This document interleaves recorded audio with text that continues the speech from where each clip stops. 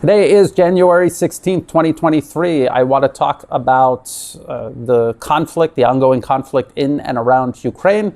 And I want to start out by talking about the fighting around Bakhmut and Soledar. Now, this is liveuamap.com. This is a pro-Ukrainian live map, and even this pro-Ukrainian map admits that Russian forces have consolidated control over most of Soledar and the surrounding areas. And you can see what they're doing. They are pushing toward these roads, these railways, and they are cutting Bakhmut itself off from potential reinforcements and resupplying. They're also swinging around the south toward the west.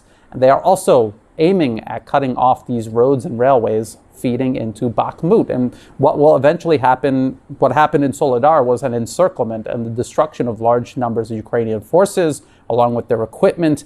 Now a much wider encirclement of Bakhmut itself is underway. And Russian forces, this is consistent with the main objective of demilitarizing Ukraine. This is what you want to do. You don't want to drive Ukrainian forces out and simply take territory. You want to encircle and destroy their forces. That is the primary objective. And that is what Russian forces are going to achieve unless Kiev gives the order to evacuate Bakhmut. I was listening to updates by both Alex Christoforou and Alexander Mikuras, both of the Duran. I will put their most recent videos, the links to their recent videos in the video description below. They were talking about the Western media and the West and Ukraine floating the idea of actually evacuating Bakhmut once and for all. Now, while that is all taking place, there were these significant missile strikes all across Ukraine carried out by Russian forces. Again, Alexander Mikuras, in his most recent update, talks about these strikes in depth. I just want to point out that in addition to grinding down Ukrainian forces and destroying or capturing large numbers of troops and also their equipment, they continue to hammer away at Ukraine's infrastructure, the power grid especially. And we kept hearing about Russia being on the verge of running out of missiles. And I'm going to talk about Russian military production here in just a moment. But then I saw this by the Ukrainian Foreign Minister, Dmitry Kuleba. And this is a tweet. This is what he tweeted out. He says, each barrage of missiles further exhausts Russian stocks. However, they're still able to produce new ones. We can and must kill their missile and drone industry with a mass sanctions strike. I urge G7 and the EU to implement relevant sanctions proposed by Ukraine without delay. Well, good luck with those sanctions. The EU, they're on their 10th sanctions package. They can't even think of anything else to sanction. So what it seems like is they're giving up on this strategy of just waiting for Russia to run out of missiles. They know that will never happen. Now they are working their way through thinking about how they could possibly stop Russian missile production, which is, I would say, for them impossible. And I hope eventually they arrive at the only logical conclusion: stop giving Russia a reason to fire missiles at Ukraine. Stop serving as a belligerent proxy of NATO on Russia's border. Stop forming yourself into a national security threat to Russia right on its border, and then they will stop shooting missiles at you. I hope they arrive at that conclusion very quickly. Now, Ukrainian sources have said that Russia is making at least 40 cruise missiles per month. I have heard Russian sources claim that it's over 100. It may be somewhere in between, but whichever number it is, you could be sure that Russia is working on increasing it. It does not look like Russia is going to run out of missiles, and I don't think they're going to run out of anything else either. And again, I'm going to talk about Russian military production in just a moment. But I want to talk about what the West is doing to perpetuate or even escalate what is essentially a proxy war between NATO and Russia, using Ukraine trapped in the middle. And this is from the UK government. PM accelerates Ukraine's support ahead of anniversary of Putin's war. And it says the Prime Minister has announced the UK will send tanks and self-propelled guns to aid the Ukrainian offensive. Sending Challenger 2 tanks to Ukraine is the start of a gear change in the UK's support. A squadron of 14 tanks will go into the country in the coming weeks after the Prime Minister told President Zelensky that the UK would provide additional support to aid Ukraine's land war. Around 30 AS-90s, which are large self-propelled guns operated by 5 gunners, are expected to follow. Now, what the UK government statement does not talk about are AH-64 Apache helicopters. These are attack helicopters that were supposedly going to be sent, just a handful of them. The UK government has come out and said, no, that is not going to happen, and it probably will never happen. And even if it does happen, it'll be even worse than this idea of sending Ukraine Western main battle tanks and infantry fighting vehicles and all of this other equipment that they're not trained on, they're not familiar with, and they have no means of maintaining and sustaining on the battlefield. But let's talk about these AS-90s. I've talked about the Challenger 2s in a previous video. They use different ammunition than the rest of NATO's tanks. They have different engines, transmission, absolutely everything is different about them. So you're sending Leopard 2s, probably in larger and larger numbers over the next couple of weeks and months. And then you're going to send this handful of Challenger 2s, and you're going to have to create multiple supply chains to sustain all of these different types of vehicles. You're also going to have to create multiple pipelines to train Ukrainian troops on how to use them, and also multiple methods of maintaining them. And probably you're going to have to set up workshops in Poland to maintain each of these different vehicles that are being sent. There is no standardization at all. What about the AS-90? The AS-90 is like the M109. I've also talked about that. That is a 155 millimeter self-propelled howitzer. It's used by the United States and many other NATO countries, and they've sent large numbers of these M109s to Ukraine, and they have been being destroyed. They look like tanks, but they have much lighter armor relative to a main battle tank, which makes them vulnerable to a very wide spectrum of Russian weapons, including these Lancet loitering munitions, these kamikaze drones, and they have been destroying them very frequently. And we see videos of this up on Telegram, of these Lancet drones destroying these self-propelled howitzers. So the AS-90 is just going to be 30 more of these self-propelled howitzers on the battlefield. Again, totally different engine and transmission, different fire control, different everything. You're going to have to train Ukrainian troops, even if they're familiar with the M109, you're going to have to retrain them to use the AS-90. And they're still going to have all of the same problems the M109s are having, and the same problems Ukraine's own self-propelled howitzers had before Russia destroyed them all. They're outgunned. They're outgunned in terms of the number and variety of artillery Russia has, plus their military aviation and other long-range weapons that they have and can target Ukrainian artillery with, that Ukraine cannot answer back. So it's just a growing variety of weapon systems, adding additional complications to this hodgepodge of equipment that Ukraine is attempting to use on the battlefield. It's not even going to replace capabilities that Ukraine had at the beginning of this conflict. It's going to be increasingly cumbersome for Ukraine to use this equipment and sustain it on the battlefield. And more sources across the West, in the media, analysts, even officials are starting to come out and admit this reality. And I just wonder, it seems extremely desperate. NATO sending all of these different weapon systems, Ukraine having no real chance of using them effectively on the battlefields. There's only 117 AS-90s in the UK's inventory, so they're sending 30. That's 25% of their entire inventory.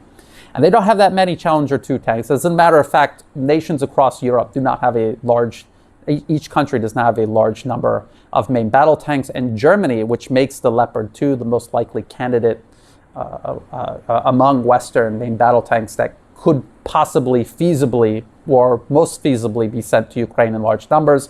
Germany does not make all that many of them annually. So they're going to send an initial large number of them to Ukraine, and they will not be able to send another large number of them anytime in the near future. This is an article, a story actually, that many readers have pointed out to me. Readers and audience members have pointed this out to me. So this is from The Guardian. German battle tanks for Ukraine won't be ready until 2024. Now, Germany has a couple hundred Leopard 2s of their own that they could transfer to Ukraine. Remains to be seen, and this is what other countries are going to be doing. But Rheinmetall, which makes the smoothbore guns for a lot of NATO main battle tanks, they have a number of Leopard 2s, 22 to be exact, and another 88 older Leopard 1 tanks, which should be in museums, I think. And this is what they're talking about possibly sending Ukraine, but it will take almost an entire year to get them ready for battle and to transfer them over to Ukraine. So again, the same problem that Ukraine and their Western sponsors have been having this entire time. The West is not prepared for a large-scale industrial war like what is taking place in Ukraine right now.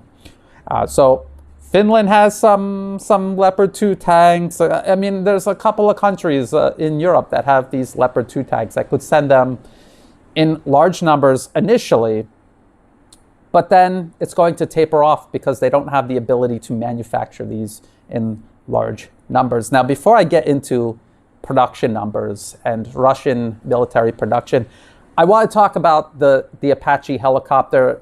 I know it's not being sent. It's very implausible, but I want to explain why it's so implausible so that you can understand the larger problem the West has with this concept of transferring Western heavy weapons to Ukraine. Because they've talked about sending other types of helicopters. They've talked about sending warplanes. What I'm about to explain to you about the Apache attack helicopter applies to all of these different weapon systems. So I'm reading from a Washington Post article from 1999 titled "Army's Apache Helicopter Rendered Impotent in Kosovo." And it says the Army spent $500 million sending 24, so 24, AH-64 Apache attack helicopters to Albania this spring for NATO's fight against Yugoslav troops tearing up Kosovo. But the Apaches never fired a shot in combat. Instead, they were grounded by Pentagon fears about potential U.S. casualties. The enemy had time to disperse into small groups before the Apaches arrived. The wooded mountain passes of Albania were shelter for scattered refugees and hundreds of Serbs with shoulder-fired surface-to-air missiles, which are now even more abundant on the modern battlefields, more abundant and more capable. And then this is talking about the training of the U.S. Army pilots operating these Apache attack helicopters. Although qualified to Army standards, none of the pilots was used to flying with night vision goggles. More than 65% were relatively inexperienced. At times, there was a complete loss of radio contact because of the high mountains, a confidential military after-action report states. And this is a problem that Western armies have. They have well-trained troops, but they're not prepared for certain types of missions. And if they don't take the time to do the proper training, they will not be able to carry out these missions effectively, despite having years of experience operating these weapon systems. That problem is compounded by the fact that Ukrainians don't have years of experience regarding the basic operation of all of these weapon systems, not just the Apache, but all of these weapon systems the West is transferring to Ukraine. And then the article talks about how the Apache attack helicopters were supposed to be used. And this goes back to my point that I've made many times, that all of these Western weapon systems are not designed to be used by themselves on the battlefield. They're meant to be used in combined arms warfare. And they all support each other. They have their own strengths and weaknesses. And when you use them in a combined manner effectively, they compensate for each other's weaknesses, and overall, this is how you win on a modern battlefield. So the plan, this is from the Washington Post, the plan was to zip through the Albanian mountains at 90 miles per hour. Bomblet-spewing ATACMS tactical missiles would have already pummeled the enemy troops along the flight path. Dart-filled rockets would deal with the remnants. 6 rescue helicopters would be 10 minutes away. 5 Apaches would fly a feint close by. A half dozen Air Force jets would provide protective cover. So they're talking about large numbers of helicopters flying different missions, long-range ballistic missiles, the ATACMS that Ukraine is asking the U.S. to send them, and also warplanes, Western warplanes would be participating in this operation. So these are all things that Ukraine doesn't have, they're not going to have, and even if the U.S. and its allies, they transfer all of this equipment to Ukraine, they're not going to be able to use it effectively the way the U.S. Army imagined they would be using all of these weapon systems in Eastern Europe back in the 1990s. Now, the Washington Post also explains how the U.S. Army prepared for the use of the Apaches. Even though they didn't use them, they were preparing for their use. And I want to get across to you just how extensively you have to prepare for this type of weapon, to use this weapon on a modern battlefield, how extensive your preparations have to be to maximize your chance of success. And you will see that Ukraine has no ability to do what the U.S. Army did then, and this is why they are unable to use Western weapons effectively against Russia. So the Washington Post says it took just 4 days for the Army to remake the tiny Tirana airport into a 24-hour thoroughfare that could support 20 flights a day. This required 667,000 square meters of rock fill. Then they talk about problems setting it up because it was such an extensive construction project. And then it says to construct the base and make Task Force Hawk, this is what they were calling these 24 Apache helicopters, as invincible as possible, the Army brought in 10,300 pieces of equipment on 550 flights of the huge C-17. This is a strategic airlift plane that the U.S. uses to move military hardware around and also troops.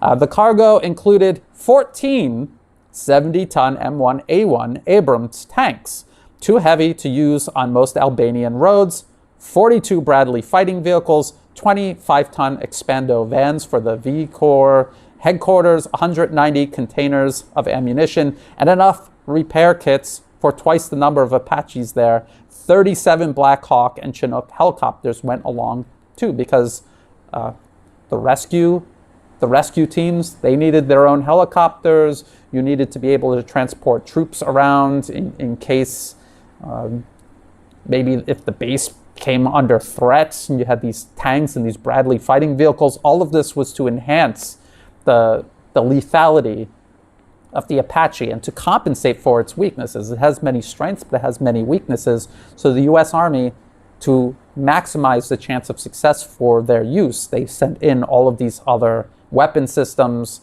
as part of combined arms warfare. These are all things Ukraine will never be able to do. But this is what you need to do in order to carry out a successful military operation. These are things that Russia is capable of doing, Ukraine is not.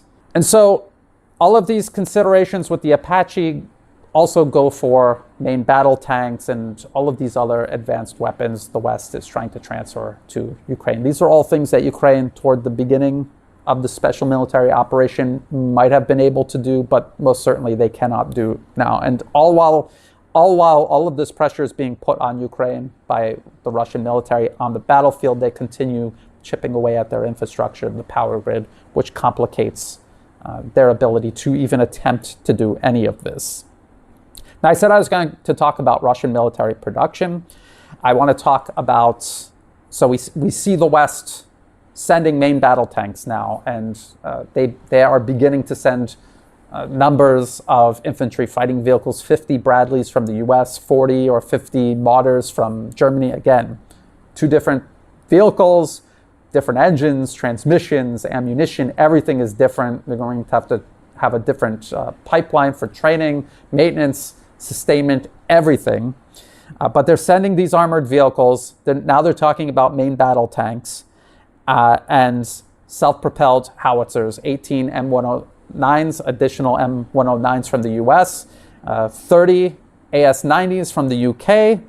So they're trying to build armored brigades. That's what they're trying to do. At least one, maybe two, possibly three at most. And that depends on whether the rest of NATO starts sending likewise large numbers of their armored vehicles.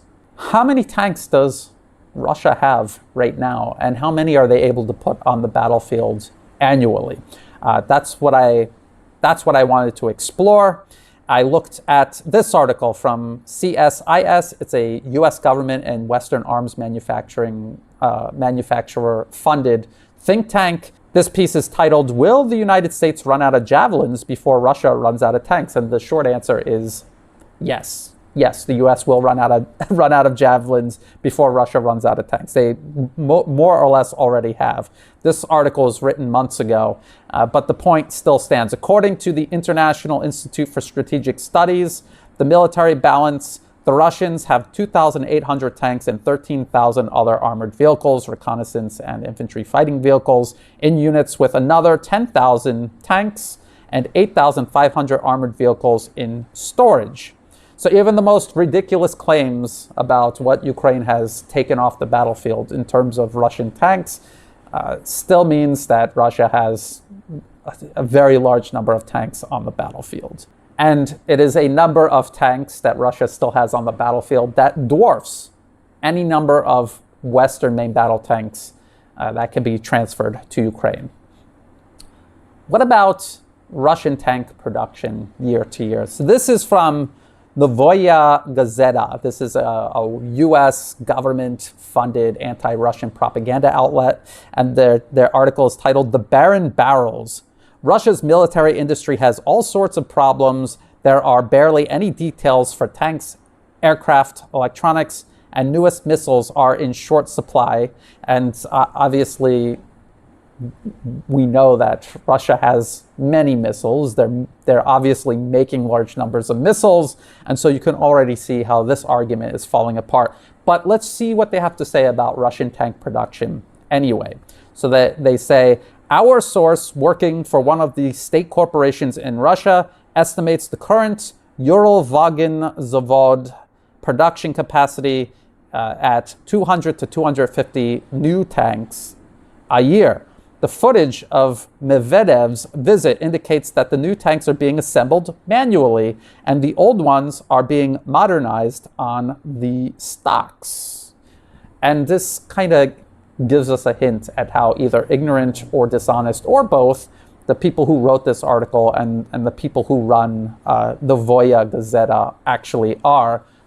All main battle tanks, Western or Russian or Chinese, they are all assembled manually. Some of the components require and utilize automated manufacturing, but once all of these parts come together, they are assembled manually on the factory floor. And this is footage from Medvedev's visit to the Russian tank factory.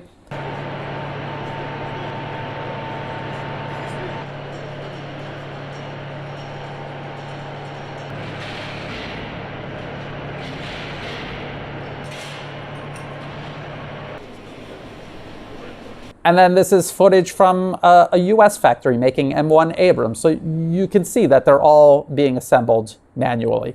So again, the article, just keep in mind, it is anti-Russian, and they're both, I think, both ignorant and also being dishonest on top of it all. And then the article says Russia's tank industry is capable of producing up to 250 new vehicles. They just said that. And also modernizing up to 600 old ones each year. And that means they have T-72s, they have T-80s. And what they'll do is they'll modernize them. They will give them modern fire control systems, modern optics, so that they can see day or night under any type of weather condition. They can see the enemy before the enemy sees them, and they can kill them on the first shot. That is what modernizing a T-72 or a T-80 means. Plus, they're making brand new tanks like the T-90 Proriv. So that's 850 tanks, modern tanks, rolling onto the battlefield every single year. That is a very large number, and that is a much larger number than anything the West can send from their current existing stockpiles, and a much larger number than the West is capable of producing each year. The UK, for example, the UK government announcement said this is a gear change for UK assistance to Ukraine. They only have 200 Challenger 2 tanks. Okay, they only have 200 Challenger 2 tanks. They're already sending a quarter of their AS-90 self-propelled howitzers. They don't really have that much to send, even if they send absolutely everything. And the same goes for all of these other countries. Poland has about 250 Leopard 2 tanks. Finland has been talking about it. They have between 100 to 140 Leopard 2 tanks. And Germany, well, Rheinmetall, they say they have 22 Leopard 2 tanks sitting around that they could send Ukraine without taking main battle tanks from the German army itself. So you could see the problem that the West faces in terms of military industrial output. Russia prepared for this type of industrial warfare. The West is unprepared. Now I want to show you this article from Defense News. It's titled, Army Acquisition Chief Would Welcome Tank Ramp Up If Congress Funds It. And it gives us a little insight into Western main battle tank production. So it says, the Army plans to produce 22 tanks in 2023, which is 80 fewer than previously planned, 30 in 2024, 71 fewer than planned, and 53 in the year 2025, 60 fewer vehicles than planned. This equates to roughly a half a brigade combat team a year. And in the year 2026, the Army would build 42, followed by 40 in the year 2027. So they're talking about over 100 tanks a year. Elsewhere in the article, it talks about 15 tanks a month, which would work out to about 180 tanks a year. 180 tanks a year. And Germany, at full rate production of the Leopard 2 decades ago, I think it was about 300 Leopard 2 tanks a year. And they most certainly are incapable of doing that right now. It would take them years to get back to that type of production rate. But even if you took 300 and another 200, let's just round it up to 200 M1 Abrams from the US, if the M1 Abrams could feasibly be transferred over to Ukraine, that still falls far short of what Russia is doing right now. And I assure you that Russia is working on expanding their production rate as well. So the number of tanks on the battlefield right now, Russia vastly outnumbers Ukraine and whatever Western main battle tanks are sent. They produce more each year than the West can. So this reality where Russia outnumbers Ukrainian armor, no matter where they're getting it from, this is going to persist for years to come. This is industrial warfare. This is what a growing number of Western analysts are starting to talk about and admit. And now the Western media is also following suit. And this number of 850, I mean, this is, I think, a lowball number given by an obviously anti-Russian propaganda outlet. The number is likely much higher than that. I mean, it's the same article that said Russia was going to run out of cruise missiles, and they obviously haven't done that. They're obviously producing much larger numbers than the West thought they were, and I think the same probably goes for tanks. So these are all things to keep in mind as the West attempts to escalate this conflict. Is it desperation? Is this the West incrementally working their way up to just fighting Russian troops directly themselves? I don't know. I've talked about that possibility in the past. Other analysts, serious analysts, have talked about that in the past. This is something we'll have to keep an eye on, but keep an eye on all of this with this context in mind, Russia's military industrial capacity versus the West. So That's it for this video today. If you thought it was useful, please like and share. Think about subscribing. It's free to do. It helps the channel grow. Check the video description below for other places you can find and follow my work. My YouTube videos are automatically uploaded to Rumble and Odyssey. Subtitles for my YouTube videos are automatically generated. All of this will show up in a day or two after this YouTube video is published. In the video description below are all of the links to everything that I've referenced in this video, as well as for ways you can help support my work. I do not monetize my YouTube channel. If an ad pops up, feel free to block it or skip it. It's not doing me any good. If you do want to support my work, please do so by Buy Me a Coffee and Patreon. The link to both of those will be in the video description below. To everyone who has been helping out, thank you so much. That is what makes this work possible. Even if you're just sharing my content with others, that is also greatly appreciated. So thank you. And as always, thank you for watching.